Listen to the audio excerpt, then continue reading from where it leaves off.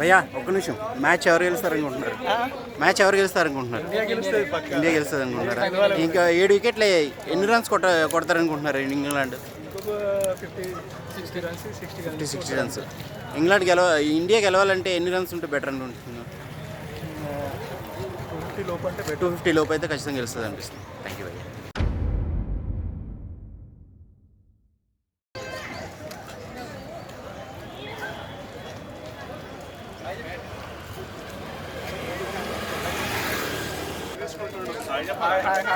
భయ్యా మ్యాచ్ ఎవరు గెలుస్తుంది అనుకుంటున్నారు? ఇండియానా?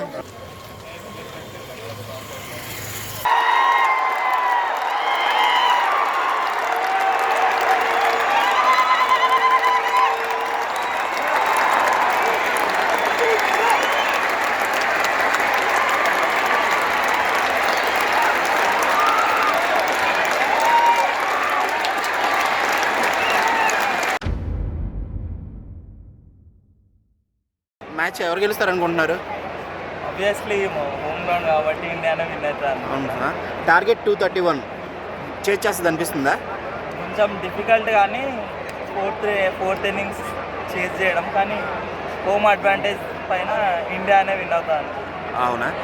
గ్రాడ్యువల్గా 4th డే ఈరోజు గ్రాడ్యువల్గా పిచ్ కొంచెం టఫ్ అవుతుంది, క్రాక్స్ కూడా వచ్చాయి. చేజింగ్ ఈజీ అనుకుంటున్నారా? చేజింగ్ అంత ఈజీ కాదు, కానీ ఇక హోమ్ అడ్వాంటేజ్ కొంచెం ఉంటుంది కాబట్టి క్రౌడ్ సపోర్ట్తో కూడా ఇండియానే ఫేవరెట్స్ అనుకుంటున్నా. అంత ఈజీ అయితే కాదు, కేక్ వాక్ కాదు కొంచెం. శుభ్మన్ గిల్ ఫామ్లో లేడు, బట్ ఈ మ్యాచ్లో ఎలా ఉంటుంది అనిపిస్తుంది?